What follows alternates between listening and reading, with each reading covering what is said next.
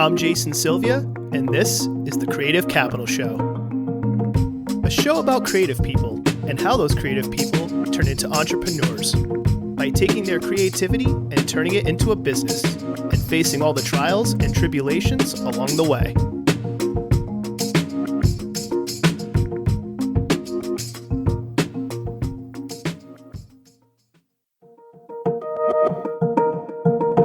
Imagine a life where you are equal parts researcher, business person, accountant, educator, bartender, creative, curator, and finally, a manager of people and relationships. Oh, and multiply all this times 2. That's the life of this episode's guest, Jen Davis. Jen got her start bartending at 18 and has tended bar and nightclubs, biker bars, restaurants, and cocktail lounges. She's also been a national brand ambassador for a distillery. Oh, and Jen and her colleagues helped establish the rise of high-quality cocktail bars in Providence. You know, no big deal. All that experience has built up to Jen's current role as Beverage Director for 2 establishments, the Eddy and Durks BBQ, 2 very different places with very different audiences. Jen has become skilled at wearing many hats, adapting to her surroundings, and being able to mentally switch gears. Skills that she shares with you, the listener, in this episode. Enjoy.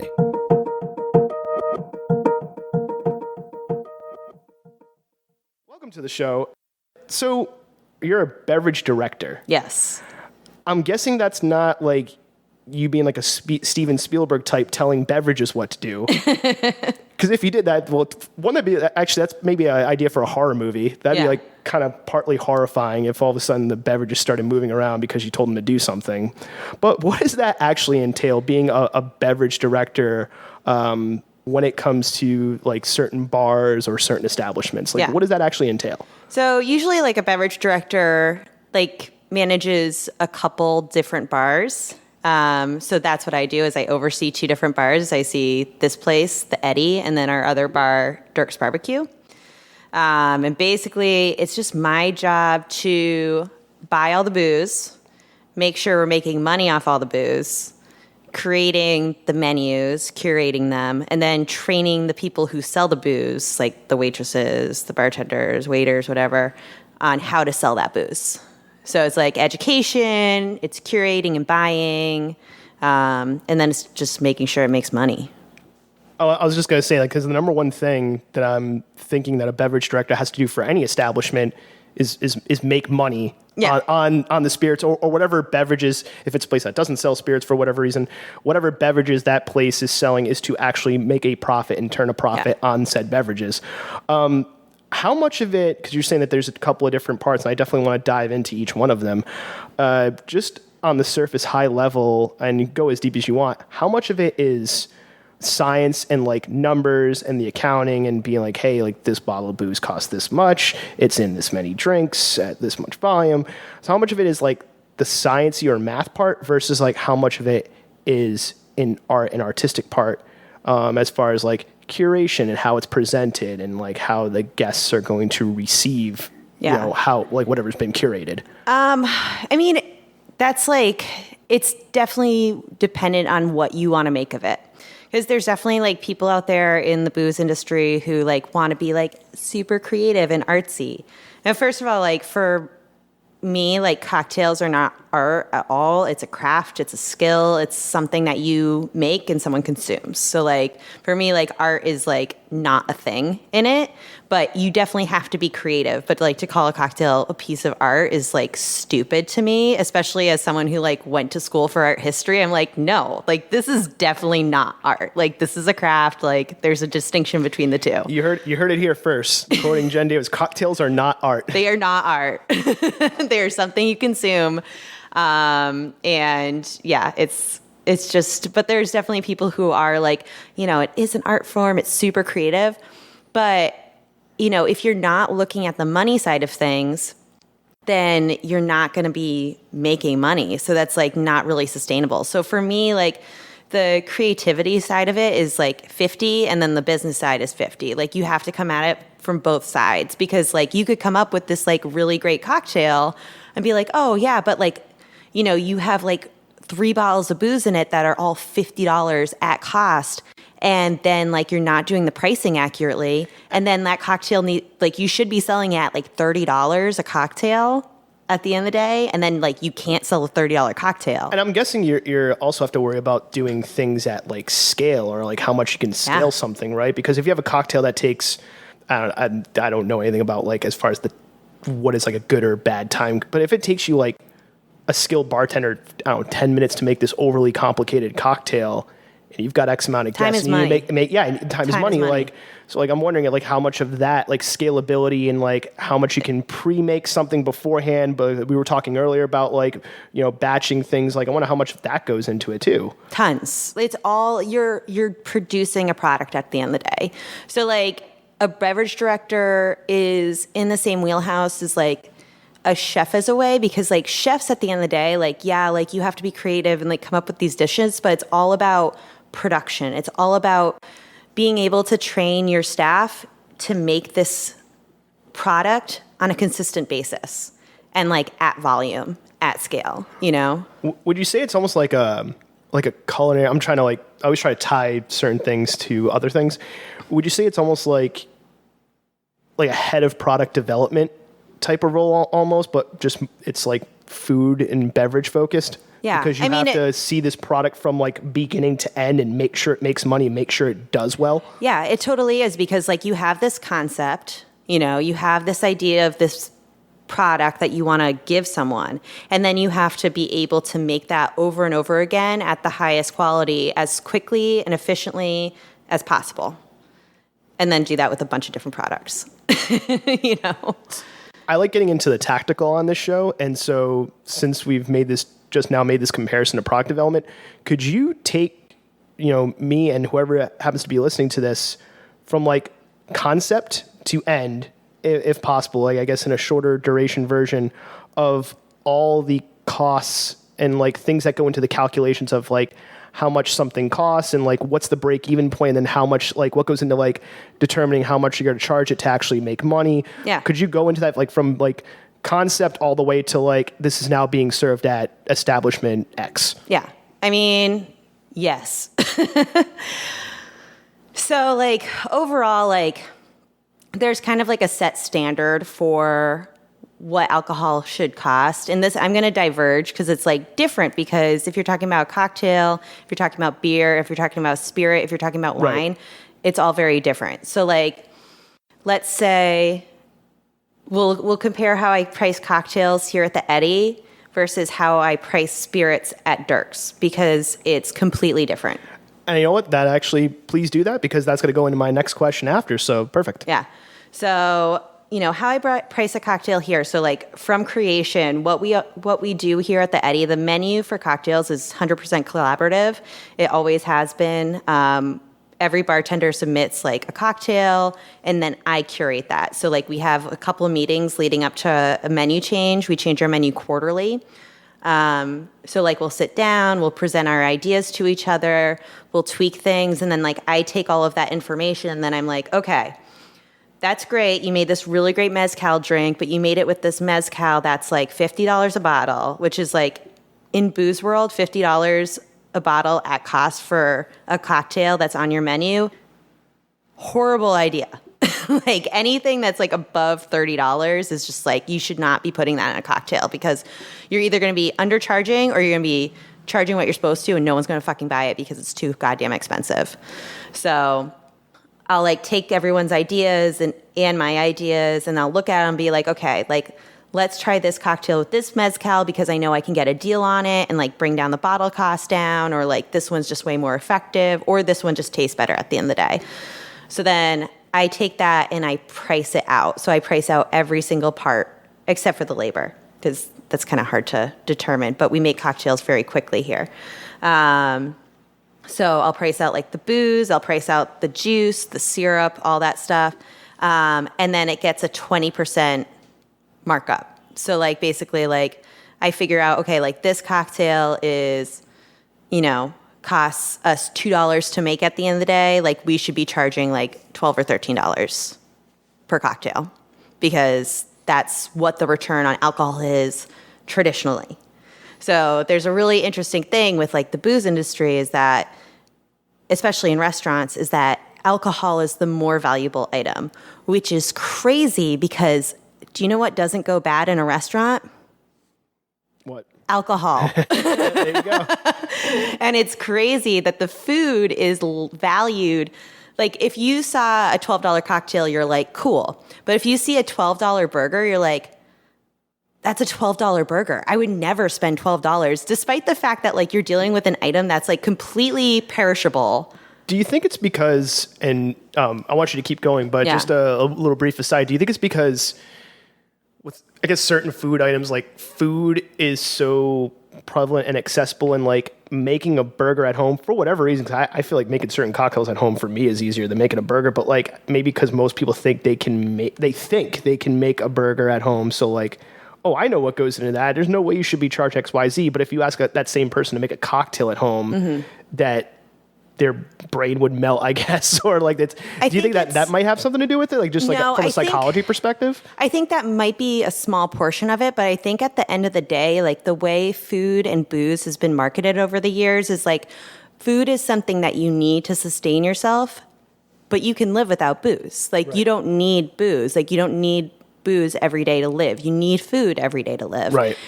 So it's because of that, I feel like it's been undervalued because it's something that all of us need to live, where booze is a luxury item. So you understand that like you're going to spend more because it's, you know, it's like you don't eat caviar every day. So like when you eat caviar, you're like, oh, like I expect to spend a little more on this because it's a luxury item. It's nice. It's fine. It's rare. And booze is the same thing. So like it comes down to that. It's the way it's been marketed this whole time. So it's like booze will always be seen as a luxury item, so it's okay to spend more money, where food is not. Right. So Gotcha.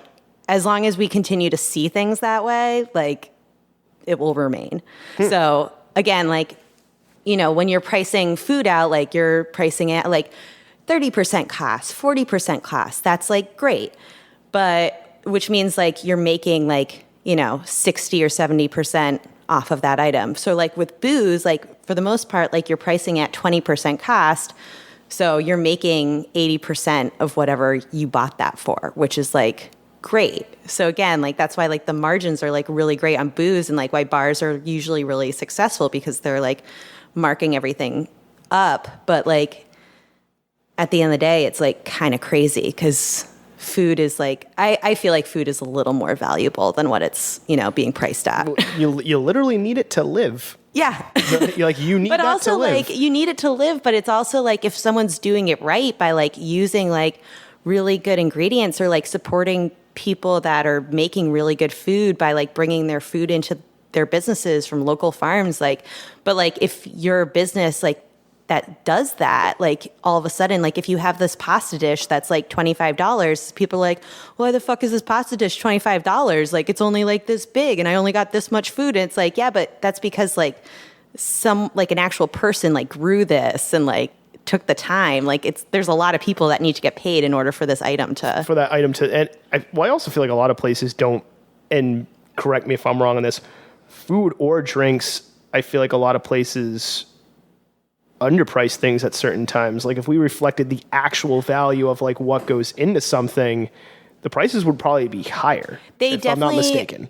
There is a lot of underpricing. There's just like a lot of bad pricing that goes on in general. All right, maybe like incorrect pricing, maybe not necessarily underpricing, but like just non-accurate pricing, I guess. Yeah, there's also a lot of people who just like are kind of lazy at the end of the day and like not doing their research. So like if you like drive around like around like 10 or 11 o'clock in the city, like you can follow a Cisco truck around and you can see what restaurants they're all dropping the same shit off at, you know, where it's like there's other places where it's like, okay, well, they're taking the time to actually like give a shit and like actually like research where this is coming from and like even down to like just the flour, you know.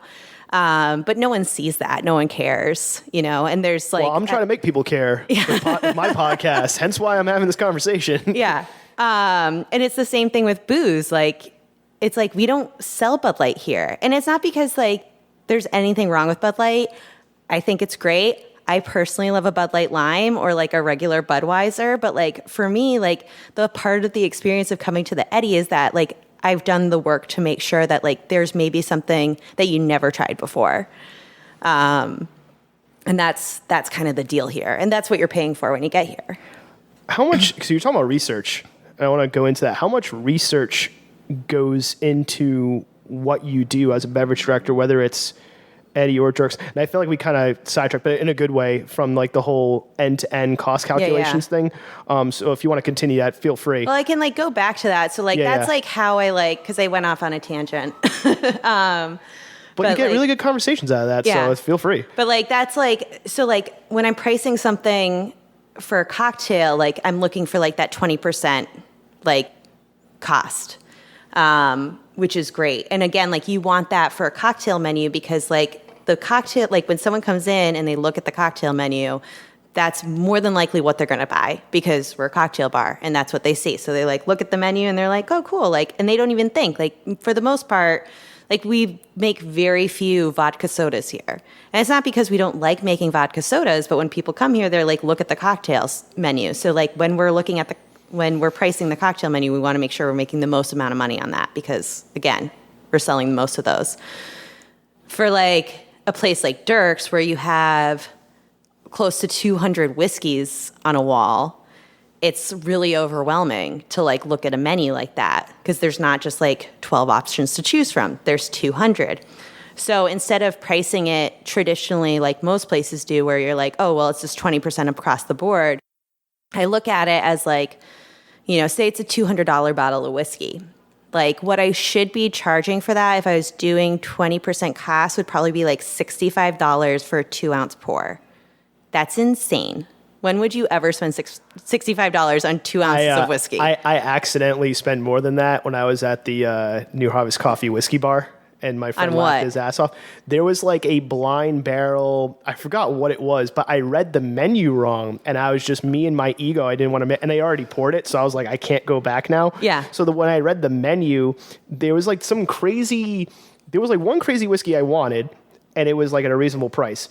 And then the one to the right of it, but it was like just the way I was reading the menu, like it was my fault, but it was just funny because then like the other one was this like one whiskey distiller where they found a bunch of barrels from like the 20s or 30s, but they didn't know like what went into it. So you like, it could have been anywhere from like 40 to like 80 years, like some crazy thing. Yeah. I found out after when he was just like, all right, here's the charge. And he's like, yeah, you ordered this. And I was like, oh shit. And was it good? My friend, it was like, listen, it was great. It was not like $85 great. But it was still great. And also I am not bashing New Harvest Coffee Whiskey because I love that place. Yeah. And I'm glad that they're reopening soon. But it was just more, it was still insane. And there were not a lot of things on the menu like that, but they also only had X amount of whiskey. So anyway, sorry, brief aside there. But no. It's happened to me. So yeah, and it's like, and it's fine. Like if you want to price your spirits at that, I just like personally feel that like if you're gonna have the booze, like you might as well sell it because like it's not too often that you're gonna have a guest accidentally order an $85 shot of whiskey, you know? Yeah. So like for me, what I usually do for like whiskeys there is I bring the price down to like, you know, I'm charging at like anywhere between 30 and 40%. So that way like we actually sell the bottles there. Cause again, we have a lot to choose from. So if you're like, oh, well, I can get like Buffalo Trace, which like you can pretty much get anywhere, you know, in the city. It's a really affordable, really good quality whiskey, and it's usually priced at like $10. But then you see like, oh, I can get like this dope Whistle Pig, you know, 12-year that's like normally, you know, $40, $50 for 2 ounces, and I'm getting it at $25 at this place. Like that's pretty cool.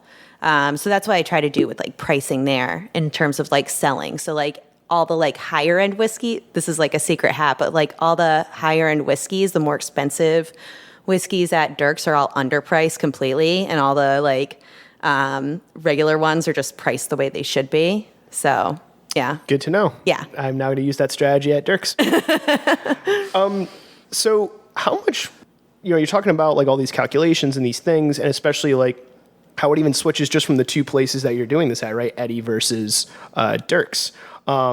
And you know what? Just for anybody listening that may not have the luxury of living in Rhode Island, because we're living in Providence, because we're such a luxurious place. Could you briefly describe, just like short one sentence for each one, before I get into the next question, Durks versus the Eddy? Yeah. Eddy, dim, cocktail bar. Durks, barbecue, beer, whiskey. All right, there you go. So for anybody who's not in Rhode Island, not familiar with Providence geography, and you're listening outside of that, just that way you now know the places. How much like research and what different types of research do you do when performing the job of being a beverage director when it comes to all of this? Yeah. And so how much research and what types of research, and does that type of research vary from place to place? That's a really broad question for me, because it's not like I like sit down, I'm like, okay, like I open up my beverage director book and I'm like, okay, now I'm going to like read on how to like all the new things. Please tell me there's a book, because I would find that funny. There's a lot of books. There you go, multiple books. It's like, because like not only am I like managing like the books of like, the business side of things, but I'm also like educating staff. So like there's, it comes with like a lot of experience, and then it's just like staying in tune of what's happening in the industry. So it's a mixture of like getting physical books. It's a mixture of going to cocktail conventions, because that's a thing. Obviously not this year, but cocktail conventions are huge. It's a huge resource for everyone in our industry to kind of get together and like go to these cool cities and learn from experts in our field, just like any other industry. And then it's just work and learning over the years, because I've been working in the service industry for almost 20 years. I was going to say, how much of just your experience in the industry comes into play as well? Because you've been bartending, if I'm not mistaken, since you were 18? Yeah. Yeah. So I've been bartending since I was 18. At a lot of different types of bars, everywhere from like nightclubs to like divey bars to bar and grills to fancy restaurants. And all that experience, was that specifically in Rhode Island, or was that like places all over the country? It was between here. So I grew up like outside of New Bedford in this little town called Mattapoisett. So it was like a bar in Fairhaven. There's a nightclub in New Bedford. Most of my time was here in Providence, though, because I started bartending in nightclubs here in Providence. Okay. At Club Hell, if you remember that spot. I remember the old Club Hell. I love how like on every podcast, more and more people are going to figure out like how old I am and how I'm dating myself. Like, I remember that. Like, I remember the old Club Hell. Yeah. Yeah. So I worked at Club Hell for years. That's like my first bartending job. And then I also like, when I started getting into cocktails, I was actually working at a bar and grill in Fairhaven, living in Providence, but commuting back and forth. And after I got like kind of the cocktail bug there, like I was like, it was kind of a biker bar. Like they had like a sign on the door that said like no colors, which had to deal with like gang, like what you would wear like in a bike gang. I forgot what bar in Vegas I went to, that it was an old Vegas that had that same like sign on like it. We had a few people come in and be like, do you not allow black people in here? It's like, no, like it's all about like bike gangs. No, like this is no. It's a whole different issue we're dealing with. Yes. Yeah. So yeah, there was, that was like where I actually got into cocktails. And I started making like gimlets for like these big construction dudes, and like, and then I was kind of like, I think I'm outgrowing this space, and like, just I got linked up with like, now some of my closest friends who like, I helped like really develop the cocktail scene here in Providence. So, yeah, which that's like a crazy story in itself. I mean, if you want to dive into a little bit of that, just to go into experience, it's up to you. So, like just talking about like the cocktail scene in here in Providence, because like I've been part of it since, it really started. Yeah, feel free to go into, because that was going to be one of the questions further on down, but we can tackle it now. Yeah. Yeah. So like basically, like one of the guys who owns this place in Durks, this guy, Jay Carr, do you know him at all? I've heard the name, but like if I saw him, I'd be like, oh, I've seen that guy around, but Yeah. I don't think I've ever personally met the dude. Yeah. So he used to live with this girl who I grew up with, and she had just moved to Providence. So like I like met up with her, and that's how I met Jay. Like she's like, oh, come over my apartment. And then I met her roommates, who just happened to be Jay Carr and John Dilly. John Dilly's the chef owner at the Grange and like Garden Grill and all those places. But all of them happened to be into cocktails, which I was also like getting into. And we actually found out through talking that we were both taking this thing called Bar Smarts, which is like a bar education class. Like it's kind of like being a somm, but for cocktails. So we found out we were doing that. So we were like, oh, we'll go up to Boston and take this like Bar Smarts advanced course together. And then like we just like all started hanging out and making cocktails at Jay and John's house like after we got out of work. So I was like had started working at Cook and Brown at the time. I remember Cook and Brown. That place was amazing. Yeah. Yeah. So like I worked there like, a couple months after they first opened, and I like Jay was working there, and like I'm not sure if you know of Jesse Hedberg. He was working there. Jesse Hedberg, that name I've heard a number of times. Willa from like Little Bitta, she was like working there. So like a lot of people who are like heavily involved in the cocktail scene now, like that's kind of like where they really found their place to make all these crazy drinks that no one was really drinking at the time. And then from there, like we went and like opened the Dorrance together, which was like the next spot, Jesse like started that program, ended up leaving, then Jay took it over, and then like all of us were just like working there together. So it was like crazy because like we all went from making cocktails at Jay and John's house, and then all of a sudden all of us were, like had a real bar that we could make all these crazy cocktails that we were making at someone's house like late at night after work. It's so crazy that you mentioned that too, because that was one of the things when I was doing the episode with which if you haven't gone and listened to it, you should. If you like bartending, the episode with Michael Silva. Yeah. Shameless self-promotion, cross-promotional plug there. But he was talking about how before Mixer, before Bass came along, like he was serving his friends out of his parents' basement. So it's crazy how like you guys were all getting started the same way. It was just it's somebody's kind of house like a little punk rock. Like it's like, like you're just like starting like this thing that like doesn't really exist yet. Cause like, I mean, you can attest to this. Like there wasn't like cocktail bars in the city like 10 years ago. Like there wasn't a place where like there's like a couple places like you could go and you could get like a proper Manhattan, but like, and like a few classic cocktails, but there weren't places that were like really trying to like push the envelope of like what cocktails actually were. So yeah, it was. Since we're on the subject, and we'll definitely want to go back more into the tactical, but since we're on the subject right now, two things. One, what do you feel like? People who have listened to the show have heard my opinions on this.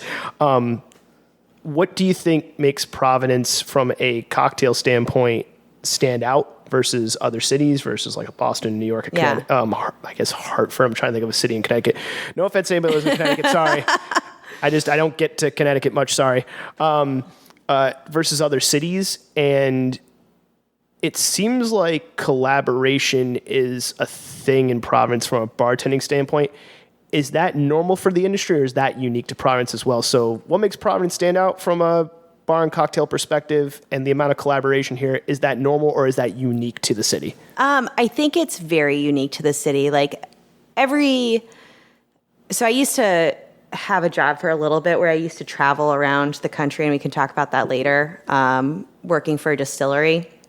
But I got to like really know like a lot of different cocktail scenes, and kind of what made Providence stand out and like continues to stand out, to me at least, is that we just kind of do our own thing, where I feel like a lot of cities are trying to be New York or be like these bigger cities, where we just like try to be ourselves, which is kind of cool. And the collaboration thing is just definitely there. I think because I think it goes down to, at the end of the day, like we all came from the same starting place, which kind of goes back to like how I started in this business is like, or at least in the cocktail world, is like we all started kind of at the same bars. So like when that happens, like it kind of just like as places grow and as places open, like one of those people is going to be running the next new place. So we just like all know each other from that, which is cool from, you know, looking back and just seeing like where everyone's gone to now, you know. So we definitely, we collaborate like crazy, and we always like lean on each other too. Like there's so many times where like, you know, especially over the pandemic, like I would get like texts from like Kaylee, who runs the East End, and she'd be like, this is happening, or did you hear about this new regulation? I'm like, oh my God, yeah, like this is crazy, you know?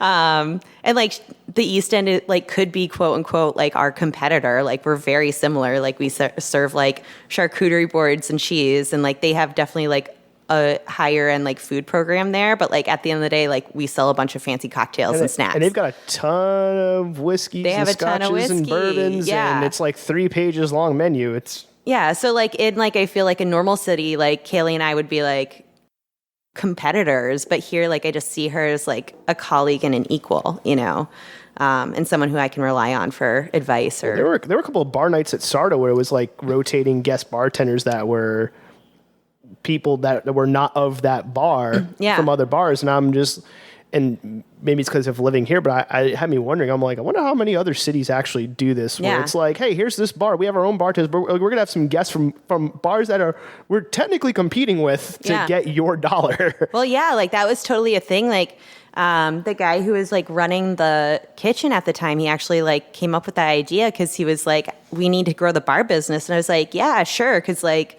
you know, for me, like Sardo's our neighbor. They're right around the corner. Like if they're doing well, if they have a lot of people going in there for dinner, that means we're going to be doing well, because guess what? We're open from 4 o'clock in the afternoon until 2 o'clock at night.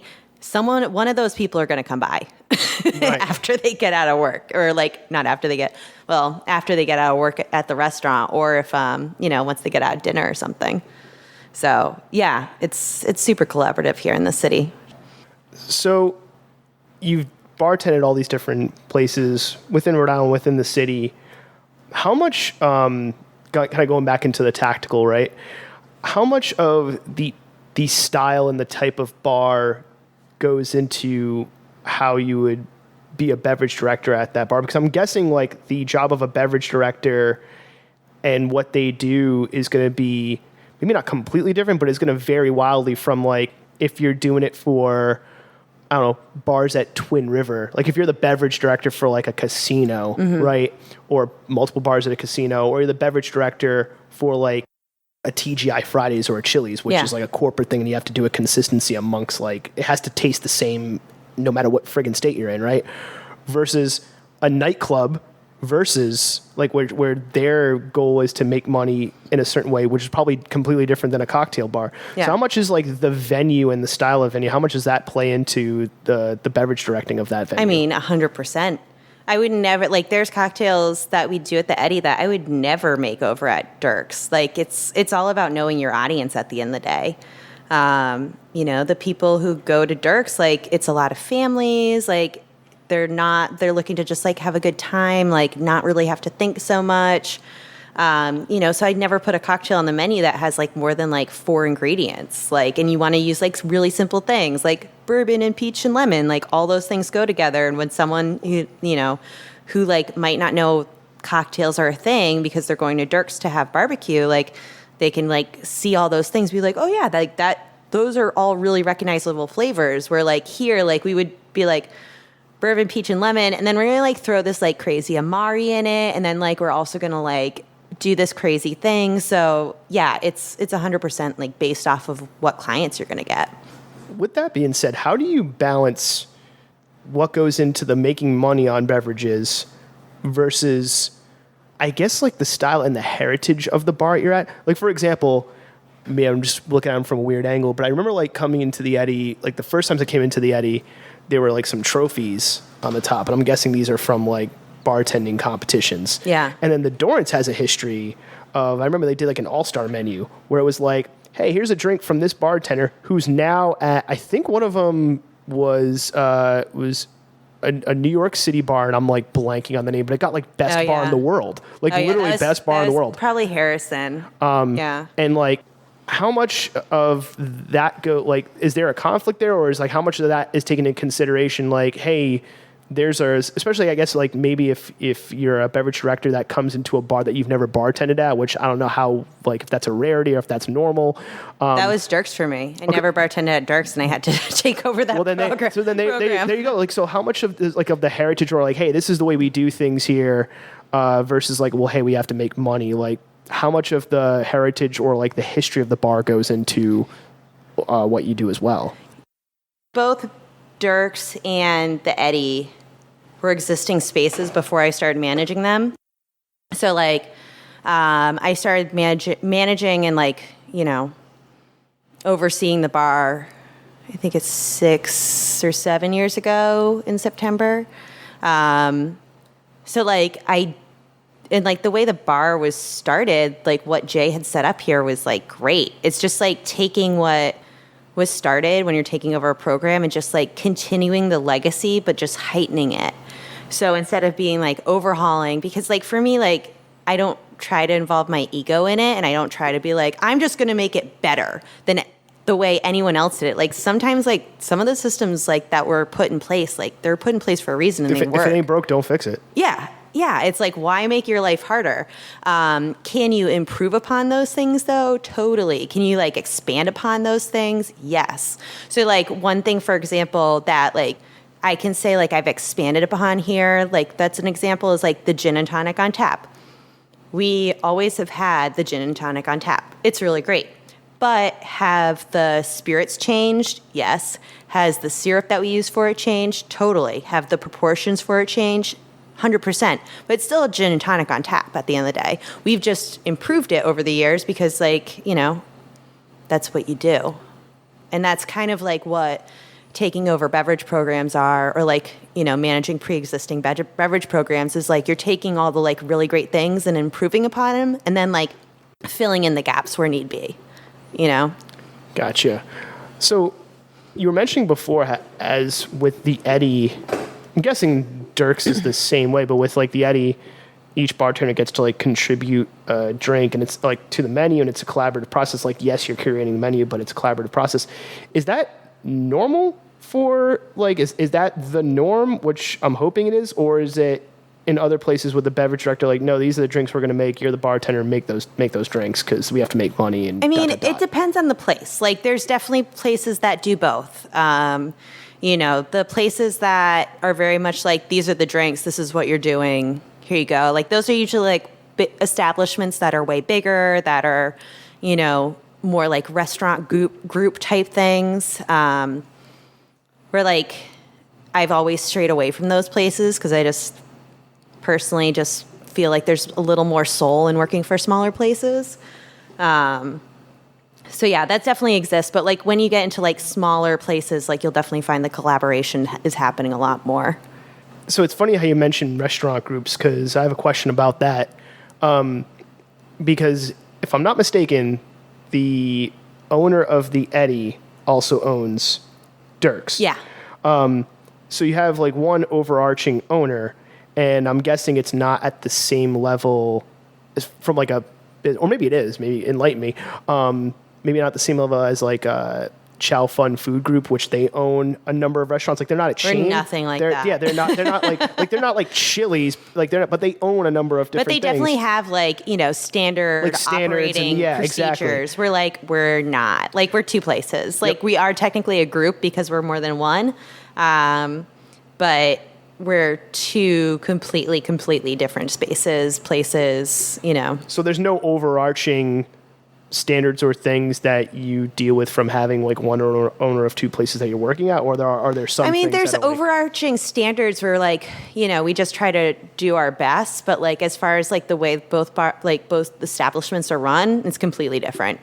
Okay, gotcha. Yeah. So when you were mentioning like different like food groups and like that kind of thing, and like what you may have to deal with there, so that's why I wanted to ask that, because I thought that was interesting. So I was like, oh yeah, there's Chow Fun Food Group, and then I think there's like another. Yeah, there's group. like Newport Restaurant Group. There's another one that owns, I think, like Kai Bar and a couple of places in East Greenwich. It's one person. I'm not sure if it's a group. I just I know remember it it's has like an Jake Italian. Kindness. Oh, right, 'cause I just remember seeing on owns the it. POS systems some kind of Italian last name, and now I'm just like, who's Yeah. that? And they're like, oh, they're the person that owns this and these 3 other places. Yeah, And because I'm I know like, he huh. owns like Kai Bar and then like a pizza place and like might own something else. Oh, okay, never mind. Yeah. then. Okay. But I just didn't. know. I just didn't know It's how been much. a while since I go. I just didn't know how much of how much influence, and I think you've already answered it. Like it is interesting that if you're working for a bar that's part of more of like a restaurant group, and how much influence the beverage director has there versus just an independent spot. Yeah. Well, like in a bigger place like that, like, before I was saying like a place like this, my job is like a 50-50 cut between like the business side and like the creative side, where like I feel like when you're working for like a bigger restaurant group, like unfortunately you have to like do less of the creative and more of like the business. And I think that's like going back to like kind of what I like started touching on before, like when you have like 6 or 7 restaurants or bars that you have to buy for, like all of a sudden you're like, I'm just going to do Bud Light across the board. Like we're just going to have that, because like to think and curate 6 or 7 separate beer lists for all these establishments is insane. It's literally insane. Like you can't do it. I'm glad you mentioned that, because that actually leads into another question. How much do you, with the 2 places that you do run, because there's obvious differences as you have mentioned before, how much do you feel that you have to switch gears for each place? And is there a difficulty in doing that? It's like, all right, I did all this work for Eddy. Now I got to do like all this work, I don't know, for Durks end of the week or something. And then you have to do you have to almost like shift your mindset a little bit? Totally. Especially right now, because, running a restaurant and a bar over the past year and a half has been stupid crazy, as you know. So right now it's definitely switching gears, just because like we just don't have the help, or the help that I have. So like I have our bar manager here, and then I have a head bartender at Durks who like literally just like deal with the employees, so that way I can have my head focused on like drinks and stuff and pricing and all that stuff and training and education. But like I'm training those people currently. So like right now it's kind of bananas. But once those people who are like working with me running these programs like are fully trained, then it will be less of like having to be like, okay, I'm thinking about Durks right now. I'm thinking about the Eddy right now. So yeah, right now it's a little crazy. just a tad. It's slightly crazy, but I can see like the end of the road. So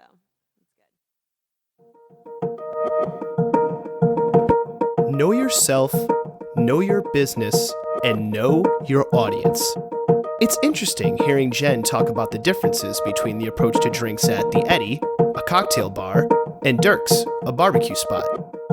Both establishments have very different audiences with very different expectations when it comes to drinks.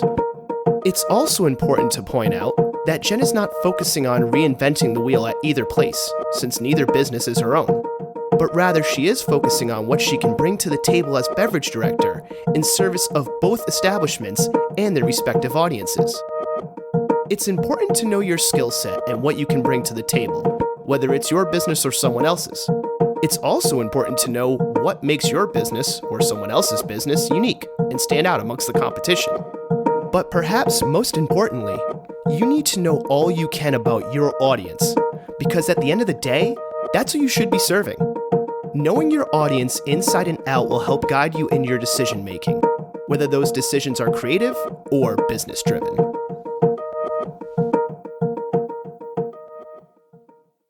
I'm going to use an example here because I have a question about companies that make spirits or like distributors. But I feel like if I use this example, maybe it'll illustrate the question a little bit better. So for example, I've had some friends who would run like independent sneaker shops. And if you wanted to carry like Nike Tier Zero, and for those of you that don't know anything about sneakers that are listening to this, Nike Tier Zero is like the cream of the crop, tip top, like Nike sneakers, usually a lot of the times the most like sought after, the most hyped, the most rare. But if you wanted to carry, if you're first off, you got to be considered for, and then if you want to carry that, you have to then carry all this other Nike product that Nike knows that people aren't people aren't lining up for. I'll put it that way, right? Mm-hmm.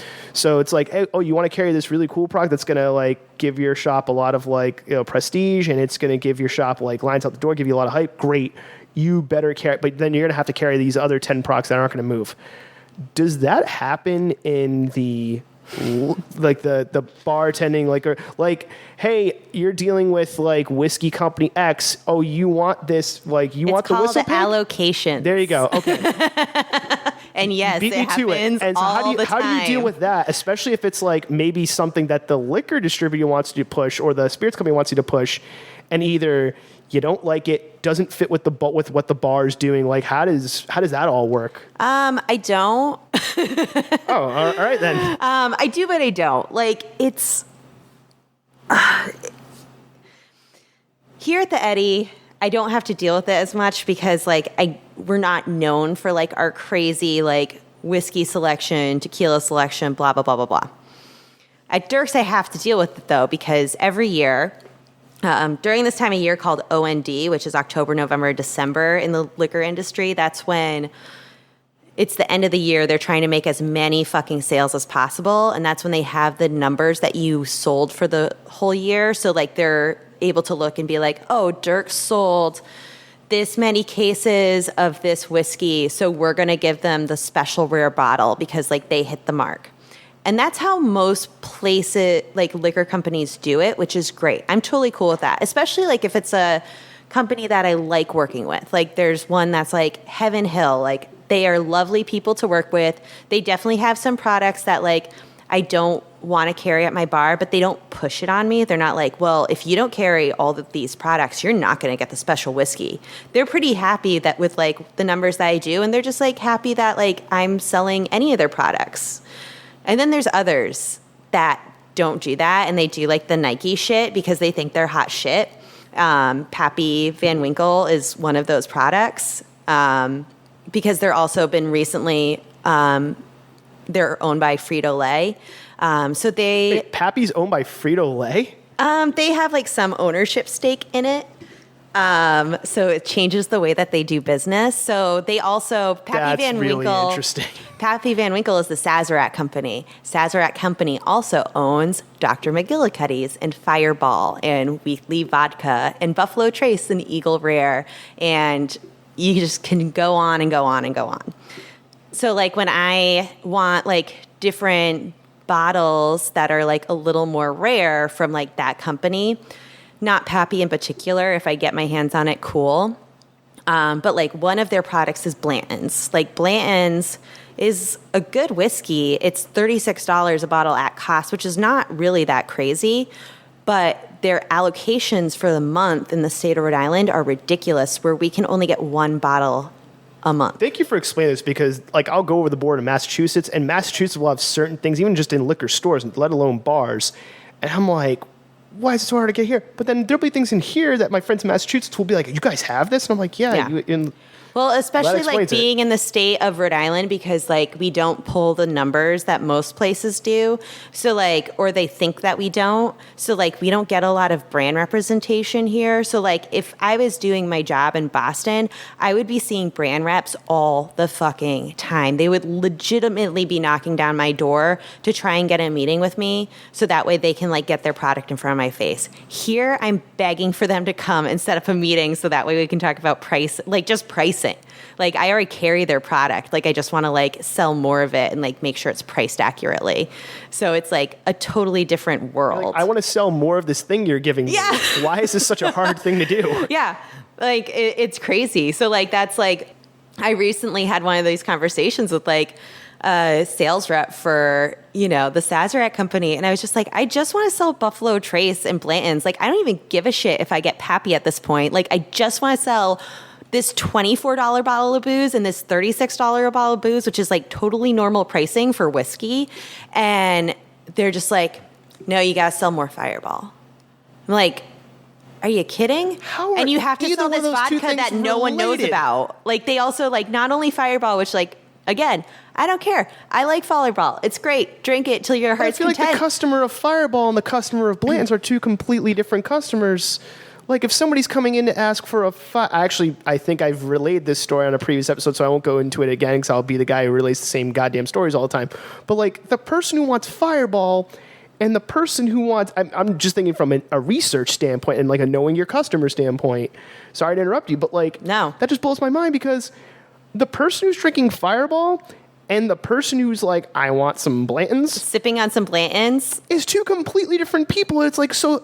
If you want me to sell more Fireball, then the person who is going to, like, won't you then get the reputation of being that bar that sells that, and then you're getting that customer, and the person who actually would drink Blanton's is not going to go to said bar because you're not known for selling, but it's like a weird chicken and egg kind of thing. Totally. And it's like, so again, like there's some companies that do it, and that they do it, in my view, is like completely wrong and stupid. And then there's other companies that, have these allocations and they do it the right way, where it's like, thank you for your business over the years. Like, you've done really well, amazing with this product. Like, here's, the special rare bottle that, like, we only have a couple of. So, yeah. I mean, you might not be able to answer this, but, like, how do they, when you said, like, oh, Rhode Island is perceived as not selling as much, but, like, we're also a smaller state. Like population density, I know, like, we're, I think, second behind, like, New Jersey as, like, our population density is crazy, but, like, they just go, like, oh, bar X in Rhode Island, or, like, Rhode Island sold this many cases, Massachusetts sold this many cases. I'm like, well, if you're giving a state or places more cases, then yes, they're going to sell more. Like, how are they calculating it? There's that, and there's also just, like, the notoriety that comes with being in a bigger market. So, places like New York, it's like easy to be like, oh yeah, like, they're just like selling more. It's like, well, maybe it's because you're paying more attention to them. And maybe it's just because it's like easy for you instead of having to like go search out like this small city that might be a gem. And there are some companies that are doing that and that do focus. And I'm like super grateful for the reps that do come to the city on a regular basis and meet with me. And like their products I will forever carry, just because like they have the decency to come down and be like, hey, I saw you bought like our booze. Thank you. Like, do you need anything? Do you want me to come train your staff? Do you want to like come see our distillery? Like, what can we do to help you in your business? Like, those people are great. And then there's, but the majority of them, they just like don't care. I think this perfectly goes into my next question. How much of your job is creating, keeping, and maintaining relationships? Oh, it's all of it. It's all of it. I mean, that's in order to like, get good deals on stuff. Cause like when I release a menu, the first thing I do is I reach out to the brands that are on that menu and I'm like, hey man, I'm going to be selling like at least like 1 to 2 cases a week of your product.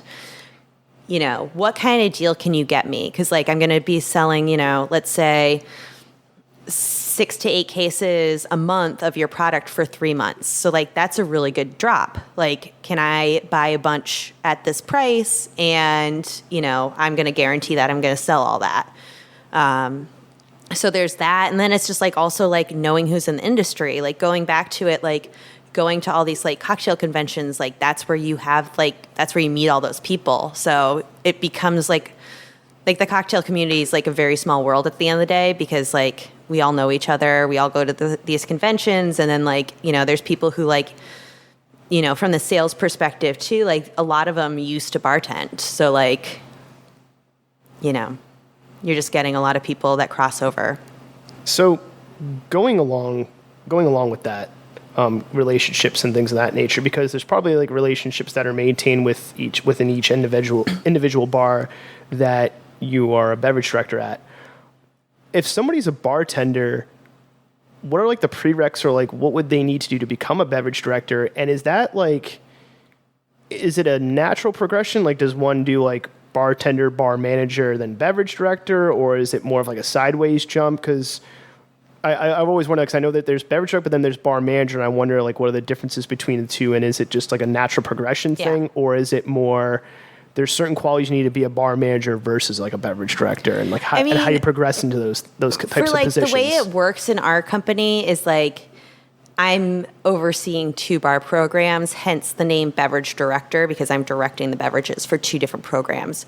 Up until like last year, though, I was exclusively the bar manager for the Eddy, which means like I was overseeing like scheduling, hiring, firing, fixing the ice machine when it breaks, calling the repair person for the dishwasher, waiting here for electricians, making sure that we have all our license renewals in line. So it's like running the business. Like you're putting out the fires. You're a firefighter. Yeah.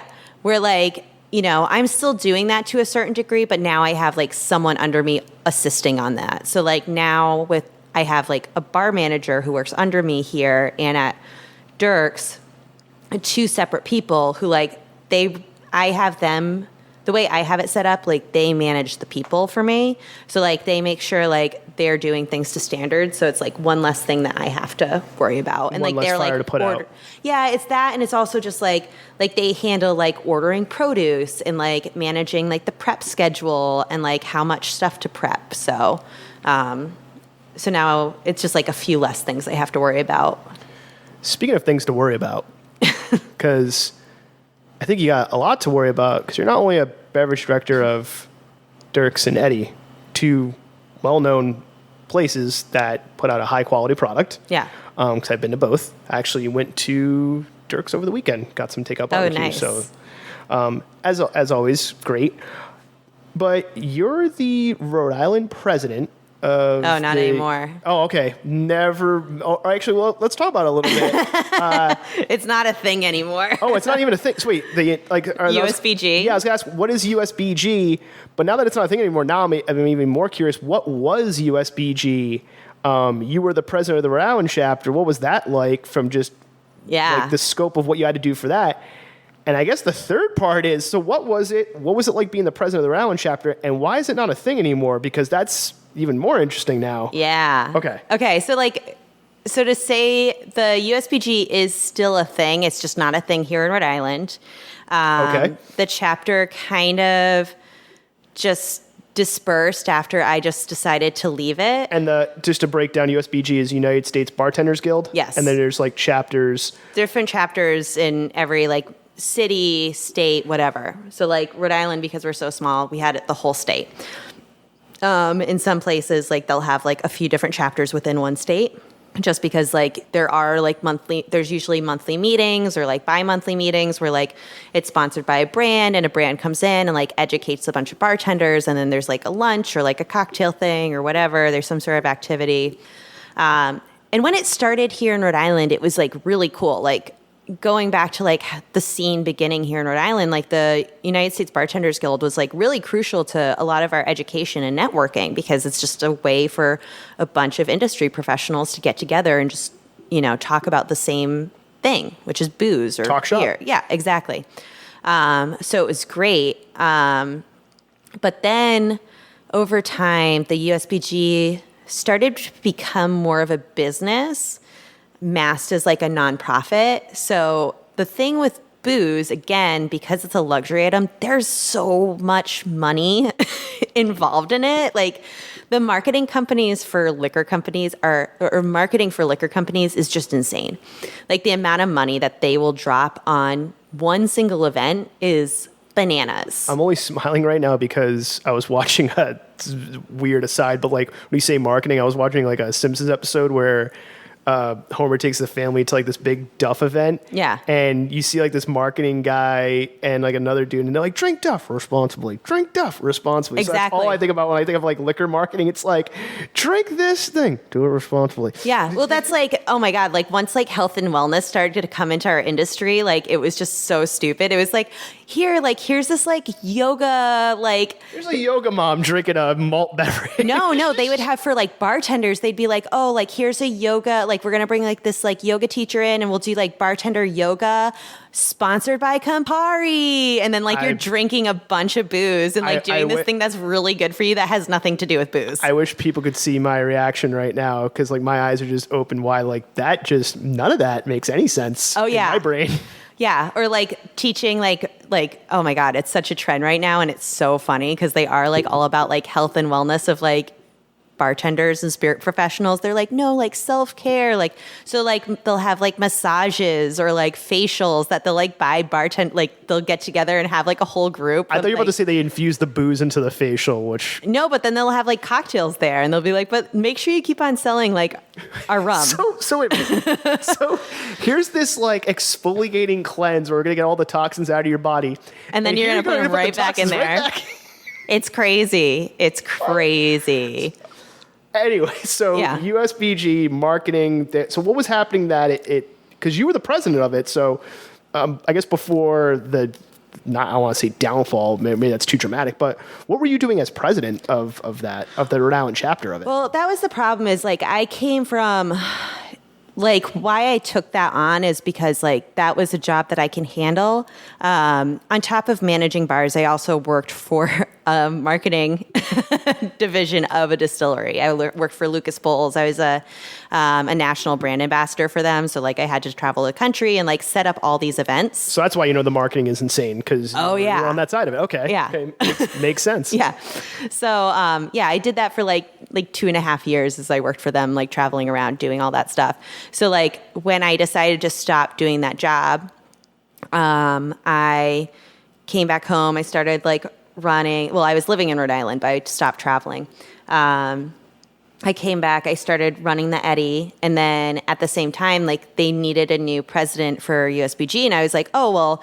Most of the job is putting on events and talking to brands. Like I have all those connections and I know how to run events, so I can start doing this. The problem is like everyone else wasn't like on board. Well, not even on board. They like really wanted to do the things, but like they just weren't doing the work. And that's because they all had other jobs, they all had like bars that they were running. And I'm a crazy person because I'm Portuguese. So like, I just like when I'm working, I'm putting 110%, even though I probably shouldn't. So that's like exactly this only what was required happening. 20%. You put in 150%. Exactly. So I started burning myself out because like that year too, I had my son. So like I was like a new mom and I was managing this like bar that's like super busy and being the president of like this thing that like I should have not been investing as much time as I was. And I was just getting frustrated because I was like, I'm doing all of this work and no one's helping me. But I also did not know how to ask for help at the time. So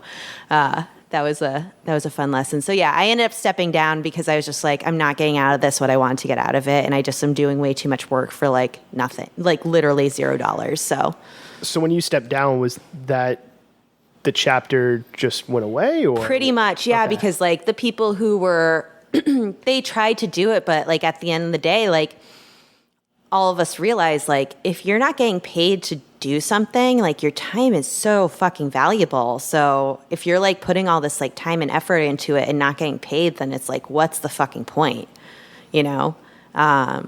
Like, yeah, it's like great for the community, but the community is still going to exist without it. Like it still does perfectly fine. Like, so yeah, that's like the downfalls of doing something like that.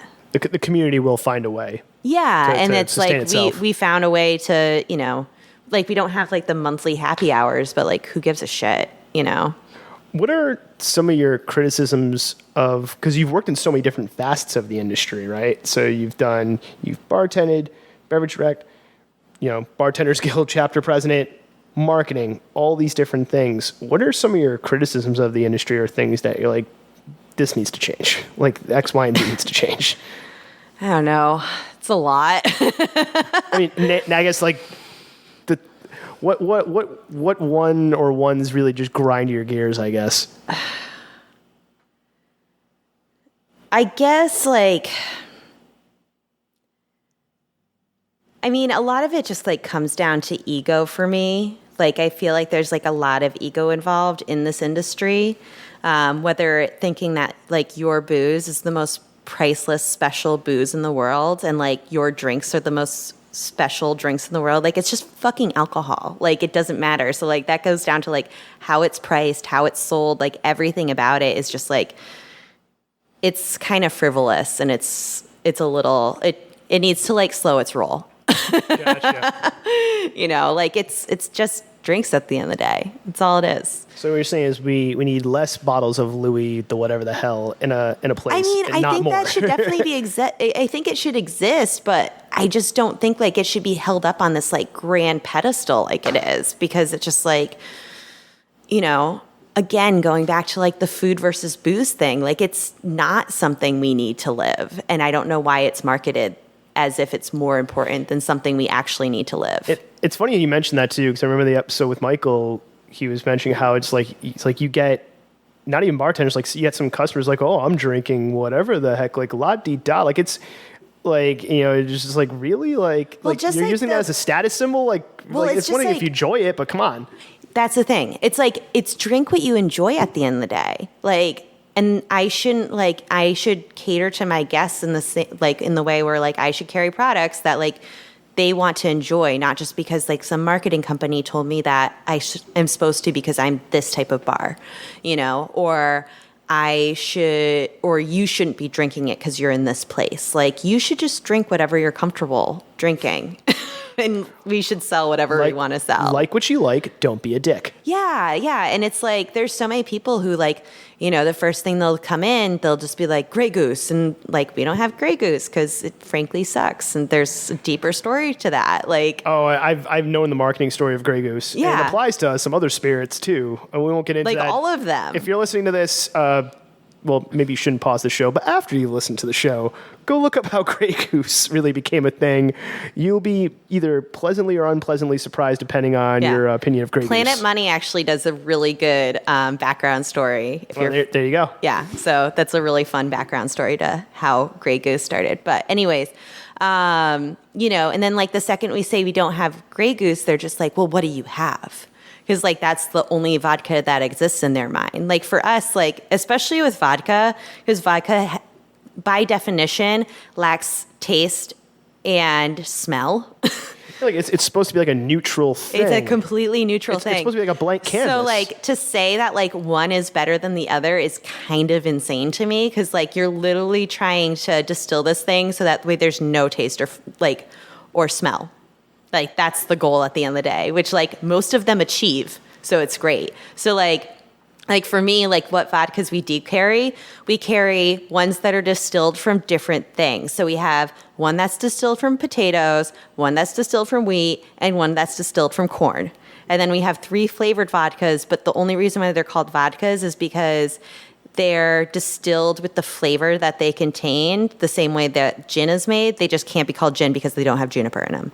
So, like, we really just have 3 vodkas, and that's all we need. And they, like, all are made from different things, and they all bring different things to the table because they're made from different products. And that's all you need at the end of the day from a flavorless, odorless spirit. But then you get that person. I want to, but no, I need to drink Grey Goose and show off to my friends or my date. Or you can just drink Kettle One. Kettle One's great. Yeah. It's made from wheat. It's fine. Going along with that, are there things that you wish your customers or even like just the non-spirits industry person knew about your industry and about your job as a beverage director? Like, is there any aspects of like, you know, I wish the public knew X, Y, and Z? I wish they knew it was a real job. Sounds like a real job to me. I mean, I know I made the joke about like directing beverages like Spielberg, which would be hilarious and terrifying if they started. Again, if like you're like, hey, beer bottle, go over that way, and it started walking. I just imagine like Fantasia going on with like booze. Like sounds really magical. No, I mean, if I walked and I saw that, I would be like, number one, what the hell did you put in this drink? Yeah. Or if all my friends saw, I'd be like, we need to get the fuck out of here. Yeah. This is gonna be some like Exorcist horror movie shit about to happen. But anyway, I don't understand. So people don't think it's a. Oh my God! I just got asked this weekend. They're like, so like, what else do you do? I do. All right, whoever that person is, what the hell? It gets asked all the time. So like, that's the like weird thing about working in this industry and working in not just the beverage industry, but the hospitality restaurant industry all the time. Specifically the job of beverage director, they're just like, what else do you do? Well, they don't know that I'm a beverage director, but they see me like working behind the bar, serving them a drink. They don't know what my title is. It's not like I'm walking around with a name tag that says like beverage director. I thought you meant like somebody in a conversation asked like, what do you do? And like, oh, I'm a beverage director. And then they're like, what else do you do? And I'm like, that's a really weird way to reply to that. No, it's just like guests in general. Cause okay. Yeah. But like guests in general, just like, they just don't know. And especially like right now with COVID, like you're mostly getting served by like beverage directors, bar managers, owners, like, you know, and then to like ask like, oh, but what else do you do is like kind of a dick move. And then like also not understanding like I'm running a business at the end of the day, and it's like no different than running any other business. It's, you know, I still have to make money for, you know, so keep the lights on. But it's like for some reason, like it's always like kind of looked down upon, because like it's also the job that like you don't need a college education to get, which is the beauty of it.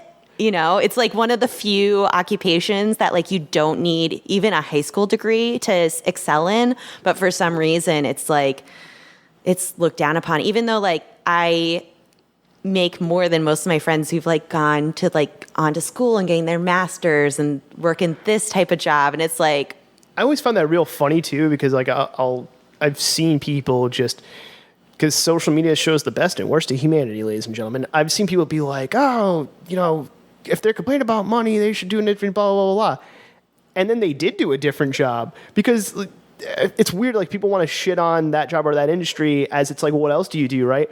But then if the bartenders weren't there, or if people running the bar weren't there, and your local like watering hole or wherever you go shut down because of that, oh, then you notice real quick. Yeah. But they also have like no idea. Like they have no idea. Like most of us just have like very normal lives. We just work very different hours. So it's like, you know, they think like we get asked all the time for drugs. Like people always ask bartenders I almost and spit servers. out my last. Yeah. They're like always like, oh, do you have Coke, or do you know like a place where you can get Coke? Just assuming that all of us like are just like these like drug addicted, like drunk, like hot messes. And it's like, no, man, like I have way too many movies and Netflix shows. I'm like, no, I have to like go home to like my 4-year-old and wake up with him at 8 o'clock in the morning. Like I'm not like, no, I'm going to go home after this and like go to sleep, because that's what I do. Like it's just a fucking job. Like you would never walk up to an accountant and be like, where do you get the good blow, man? You know, like actually, I feel like the accountant would probably know more. Definitely. Because especially around all that money, like if anything, yeah. All right, see people, you're getting the gems here. If you want to know where the good cocaine is, go talk to your accountant. Don't talk to the bartender. No, go talk to the accountant. Or like they'll tip us in like weed or drugs. I'm like, okay, like what am I going to do with this like half smoked joint? Like I'm not going to pay for my kid's school with this. Like what good is this? Also, it's one of those like, I don't know where you've been. What the hell? I know, like I think they think like it's cool, but like we're really just doing a job at the end of the day. And it's like, no, like again, it's like different hours, but like we're still running businesses here. Like I'm just like giggling a little bit, because now I'm just picturing, like, what if that person's just insane and that's how they pay for everything? Like, they go to McDonald's and they're just like, here's some weed. Yeah, they go to the account for the taxes. They're like, here's what are the fees for the taxes? I'm like, well, here's your X amount of cocaine that I paid for you to do my taxes with, Mr. Accountant. Well, it's like, think about jobs like that are on the same pay scale as like bartenders, bar managers, whatever. Like it's people who like work in banks, in accounting firms, and like all these like quote unquote normal jobs. Like we're all getting paid the same. We just work different hours. And like honestly, to be a bartender, it's a little better, because like you can make the same money that like those guys make in 3 nights instead of like having to work like 5 days a week, 9 to 5, you know? So it's like crazy, because like you would never go to those people and be like, you know, where's the drugs, man? You know, they're just working a job at the end of the day. It's weird. Like you don't go to McDonald's and do, or maybe some people do, which I like. But like McDonald's, they're not making the same money as bartenders. Yeah. Like we're making more. I'm just wondering, like, who goes to their bank? It's like, oh, all right, we opened this account for you, Mr. James. It's like, oh, thanks, man. Like, what's the fee? It's $300 in fees. All right, I'm gonna pay you with this bag of weed. Yeah. Like what in your brain is like, oh, but bar. It's completely normal, right? It's like, no. And there's definitely like some bartenders out there who are like, oh, cool. Like, thanks for the joint, man. Like, this is great. Just like there'd probably be an accountant out there who'd be like, oh, thanks. I love smoking weed. This is really nice. But like, for the most of us, we're just like, I'd be concerned how they did how that accountant manages my money after though. Whatever. Like, everyone's got their thing. But like, you know, I can't fucking pay my bills with the fucking joint you just gave me, you know? Yeah. I still need this thing called money. Like, yeah. Like unless we start going into a drug-based currency in this country, I still need money to live and pay for things. Yeah, we're far away from that. So yeah, I guess like I just like want people to know it's a real job. Like when you come in, like, you know, into any establishment, there are people like this is their job, this is their profession. They've chosen to do it too. Like it's not like, you know, it's something that we had to do because we were too stupid or just like couldn't figure out our way in life. Like, no, this is something like we chose to do. Like I went to school for a completely different thing. Like I went to school for art history. I was like on a track to be a professor.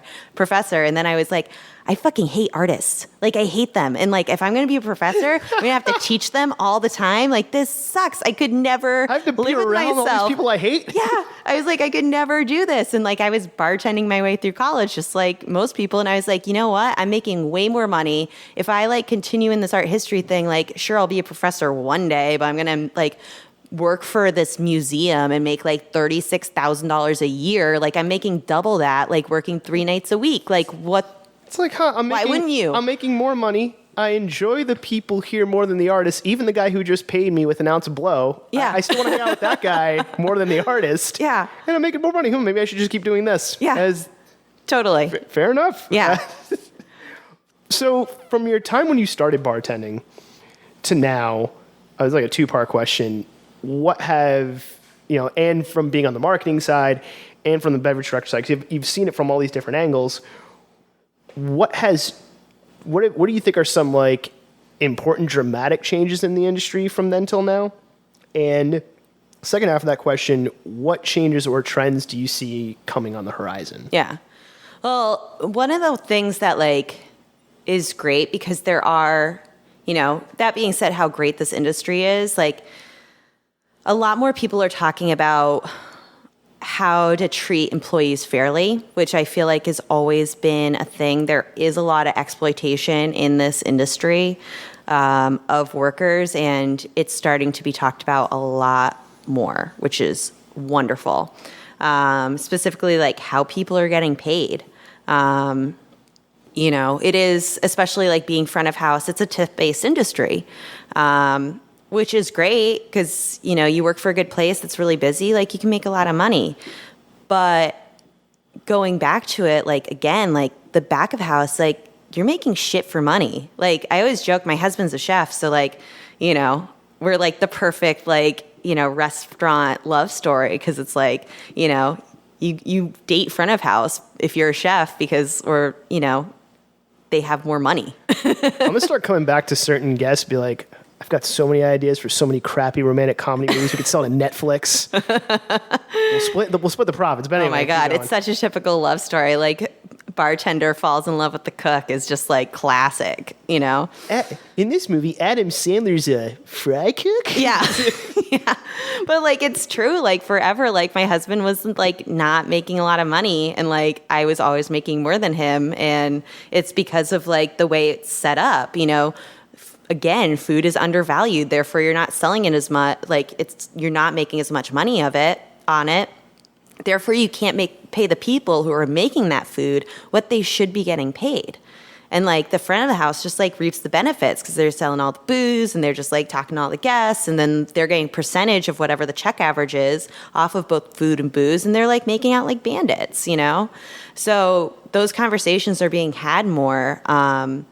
Just about like raising pay for back of house workers. And like, there's a few places that are doing that here in town that's just like incredible to see, like, you know, North and Oberlin specifically, like they're doing that. And it's just like, it's so cool to see that type of advocacy coming and like also just like balancing out like the front of house, back of house dynamics. Cause like you lose a lot of great cooks that way because they're like, especially like if they go to Johnson & Wales, which is like a whole different thing, but like, you graduate from school, you're like $80,000 to $100,000 in debt to be a line cook where you're getting paid $12 an hour. Like that doesn't balance out. So it's, I feel like that's like the biggest trend for me that I'm seeing, and it's cool. So going along with that, because you talked about this, going along with that specific trend, which that's awesome that's like a trend on the uptick, hopefully keeps going that way. Yeah. You kept talking about education, right? Educating your staff, educating other people. How much, just I don't know how you would even be able to quantify it, but if you can, how much educating are you doing? Like how much of your day or how much of your time is educating like your bar staff or educating people? And how much of your time are you learning? Like learning more about the industry, learning about things that are coming down the pipeline, learning about what's going on, like research on your customer, things like that. Well, it's also too, like a lot of the stuff is just like, because like managing in general, like I feel like managing, like going to school to be a business management major is the biggest waste of money in the world for me. Like, it's just like, why are you going to learn about how to manage a business from a book? Like, it's different depending on what business you're talking about. They're all different. And, it's always changing. So like for me, I'm constantly learning just by the way, like I'm interacting with my staff. So like they all learn differently. So like I have to manage them all differently. So like some people like are better at just like, there's a few of my bartenders where I can like give them the recipes and then they'll just like make note cards and then they'll just like throw them in their brain somehow and like they're just in there just by like reading off a page. I'm not one of those people. I'm always like, I actually have to like make the drink a few times and then like it's in there. And there's people like that. There's just like so many different people. So I'm just constantly learning from them how to teach them the best way possible. And then like it's like knowing like the back end stuff. It's knowing like, okay, I can talk to you about like what gin is and like this, but like learning how to translate that for someone in a way that they can understand it is, I think, the most valuable thing. So like for me, like knowing how to like have a conversation about gin with a guest versus a conversation with this person who works for me with this person, like that's what you need to be able to do. Contrary to popular belief, humans cannot multitask. Rather, what we think is multitasking, in actuality, is task switching. And if anyone has mastered the skill of task switching, or shifting gears mentally, it's Jen. 1 minute, she could be creating a drink menu. The next, educating her staff about that menu. Or educating herself about new spirits coming out. Or she could be calculating the cost of said spirit in a cocktail. Or maybe she's speaking with a liquor brand rep to negotiate a lower price on that spirit. The list goes on and on. In your creative or professional life, you'll have other responsibilities outside of the day-to-day work. Whether it's talking to new clients, marketing yourself, learning new skills, or crunching the organizational numbers. The skill of switching gears mentally is a crucial one for both your professional and personal life.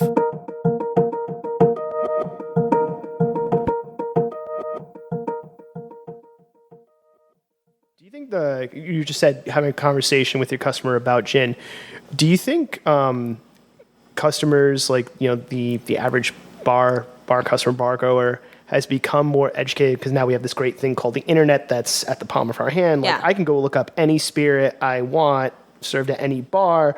I can find out about cocktails that maybe normally I wouldn't have like even tried, right? Do you think the customer is more educated than ever, and has that yielded more a positive experience, or is it negative experience, or kind of just has its pros and cons? I think the consumer, for the most part, is, I mean, it depends on what they're comparing it to. Like, I think for the most part, like compared to me and like the rest of the, like my staff, like the consumer is very undereducated when it comes to spirits, because like for the most part the average consumer is coming in and like seeing like, oh, I saw this like ad in this thing and I read this like one thing.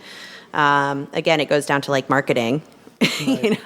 There are like a handful of guests who come in and just like kind of like know some stuff. Like you're one of those guests. Like Appreciate it. Thank you. Yeah, but I try, but I also try to like not be a jerk about it. It's like, hey, Well, I learned thing. about this thing. Do you have it? Cool. Can I try it? Or like, Yeah. I'll ask you or whoever's bartending, like, hey, does that even belong in a cocktail, or should I sip it neat and I'll take your word for it because you're obviously going to know more than me, and I'll be like, hey, I trust you. Totally. I just want to try it, you know? Totally. There's like always Appreciate it though. Thank you. I try. Yeah, like I feel like booze can sometimes be like anything that's like a little niche, like music, like anything where you're like, oh, like I need to know everything about, and like I only like this one certain thing, and this like defines this bourbon to was me. great before they got all mainstream and bought by like the whatever Exactly. corp. Then it went downhill, man. You know? Yeah, until it was bought by Fritos. I wonder, I'm like wondering if that's going to be more and more thing, just like the hipstery, like, man, you know, such and such 12-year whiskey was great, but then, then they changed master distillers, and like, you know, when Jim Bob got a hold of it, it just went downhill in those years, man. Like, Which happens, you know, it's definitely a thing. Jesus. Oh Okay, my God, I'm it's done. totally a I'm thing. done. Have you not seen any whiskey person? It's insane. Like the little subcategories of this industry are insane. Like the tiki people. I have a question about that coming up, but I'm just going to let you go into that for a second. Yeah, but like, there's definitely like, I think there's more customers coming in than when like we first started doing this type of stuff that are more curious, which is great because then you can have really fun conversations when they're just like, oh, that's an ice machine. Oh, okay. There's actual conversations that can be had instead of like, well, like this is like the best vodka because someone told me that it's the best vodka and like I don't want to hear about any other vodkas, instead of being like, hey, like maybe you should try this one if you like the characteristics of that All right, vodka. I heard this thing was know? good. Do you have it? All right. Do you have anything like it? Or like, hey, why is this thing considered good? My friend thinks it's the best. Is that logical, or do they just really like it? Yeah. And like for me at the end of the day, like there's no wrong answer to that. Like there's no like, well, that one sucks. Like if you like it, you like it. It's fine. Like it's just booze. It's almost as ridiculous as the people who judge other people based on like the glassware of the drink, or it's like it's the glassware, or it's the bar, or your drink is pink and you're dude. And I'm well, like I hate too, like when people come in here and they're like, oh yeah, like I went to like this bar and like they couldn't make me a Sazerac, like not like the way you guys do, and like they think that's like a compliment to us, like. And I'm like, yeah, but like you went to the hot club and asked for a Sazerac. Like, yeah, it's like situational why? Like awareness the hot club is like perfect the way it is. Like you go there to like hang out and have a gin tonic and sit on the deck and just like chill. And like, why are you trying to make it what like we are? Like it's situational awareness is such. I've said this to friends before. I'm like, you're not going to order the same drink at like a hot club or at a rooftop at the gym that you would at the Eddy or at the Dorrance. And the bartender's going to like hate you for that. Yeah. Like, because they're like, oh my God, like why? Yeah. Like I'm literally just trying to bust out margaritas and Bud Lights. Like I think I had a friend, and I don't know if he was just trying to be comical. Like I don't think he was trying to be mean, but it was funny when I think we're coming full circle now. So I remember one of the like first couple of years I've come to the Eddy, and I had a friend who like for some reason, I don't know if it was like an inside joke I didn't know about because I just started hanging out with him or something. He was just like, I want to find a place that makes a Singapore sling. And even with my limited knowledge of booze and bartending and what bartenders have to go through back, I still have a limited knowledge now, but I knew even less back then. I'm like, that drink's got, like, I'm even telling him, I'm like, dude, that drink's got like an obscene amount of ingredients. Like I wouldn't be like, unless it's like a bar that specializes in like, they advertise that we make Singapore slings. Yeah. Like, that's our thing. I wouldn't be surprised if most bars didn't have it. I think it might have been Carlos was bartending here, and I had already seen him a couple times, and so he recognized me, and he was like, oh, what up? And my friend, and I think Carlos had the best answer ever. My friend, being the smart ass that he was, like, hey, can I get, like, he knew that they made custom cocktails here, and so he's like, can I get a Singapore sling? And Carlos looks at him, looks at me, and I just have this look on my face, like, of, like, you tell him when it, like almost this look of, like, please punch him. Like, please punch him for asking that. Like, I wanted to do it. And Carlos goes, hey, like, I can make you this Singapore sling, but I'm going to charge you, like, $55 because we only have, like, we have a certain level of ingredients here. And it shut my friend up, and he asked for a normal goddamn drink. But it's just, like, the amount of situational awareness that is lacking sometimes. Yeah. Even when I'm just in certain bars, I'm like, you're asking for this, like, I don't know, you're asking for this, like, ingredient cocktail. It's like the Ramos Gin Fizz order. Do you know that cocktail? I know what goes into it. That's why I don't order it. Yeah. It's one of the reasons why I don't order it. But like if you have Not like that it's bad, it's just some like, you know, self-declared cocktail nerd come in on a Friday night at 9:00 and they ask for the Ramos Gin Fizz and you're just like, dude, no.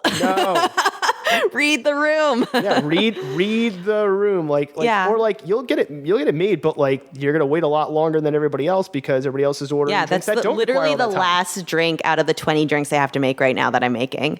Like, come here on a Monday and order that shit. Like, don't do that to us on a Saturday. Same with like asking a ton of questions. Like I've always tried to do it like on a slower night, or if there's a lull, because then it's like you have the time to do that, not when it's like super crowded and you have to like yell your drink because it's loud and hard to hear. Yeah. Yeah. Like there's a reason like we're open 7 days a week is for people who want to come in and like chat and like nerd out about spirits and like do that kind of thing. Cause like we love doing that at the end of the day, but we also just love slinging drinks. So like we have to get that done on Fridays and Saturdays. So speaking of educating and nerding out, and then you said, I think you said the tiki people, which I thought was funny. Cause I was actually reading in, I don't know how long back it was, but there was an article, it might have been New York Times. It was like a major news outlet.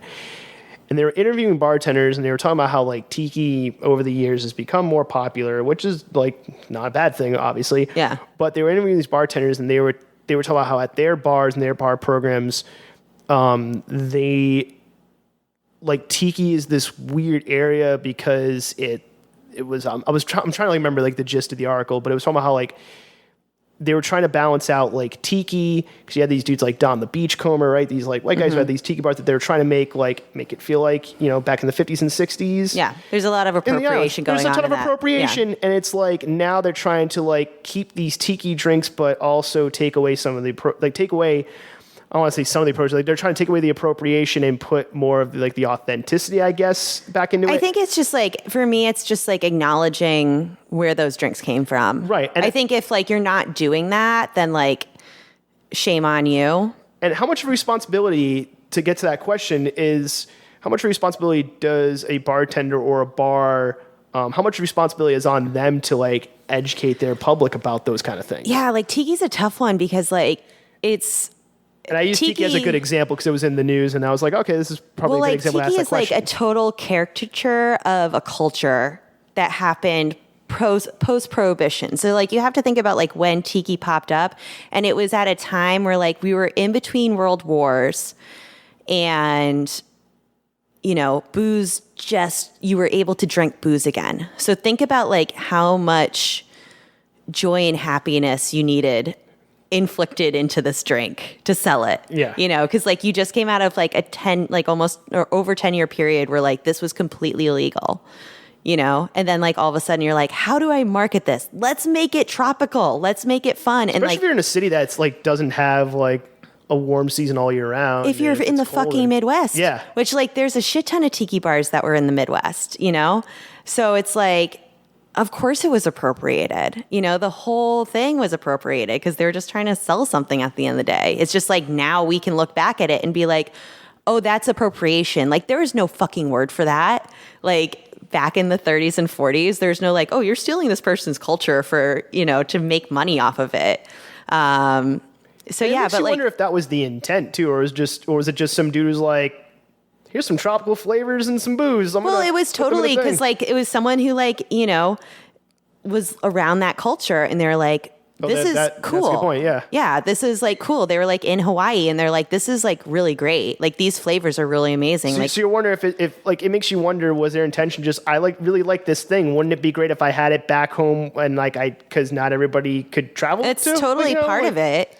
But I think like you just have to like acknowledge like, you know, this is where this drinking culture came from, was, you know, taking someone else's idea who like never got money or compensated for it. Does it mean that it should go away? Like, no, it's a part of the history. But I think like if you're going forward and you're opening a tiki bar, I think like if you're not acknowledging that, then you know, you need to reconsider what you're doing and why you're doing it. You need to acknowledge where these things came from. Yeah, like if you're just like opening up a tiki bar just because you think it's like a cool, trendy thing to do, like then, you know, you're kind of in the wrong. Like if you want to like acknowledge the history of it, then like cool, like and show like maybe like acknowledge the history and the culture of it. Like, do it. That's way better.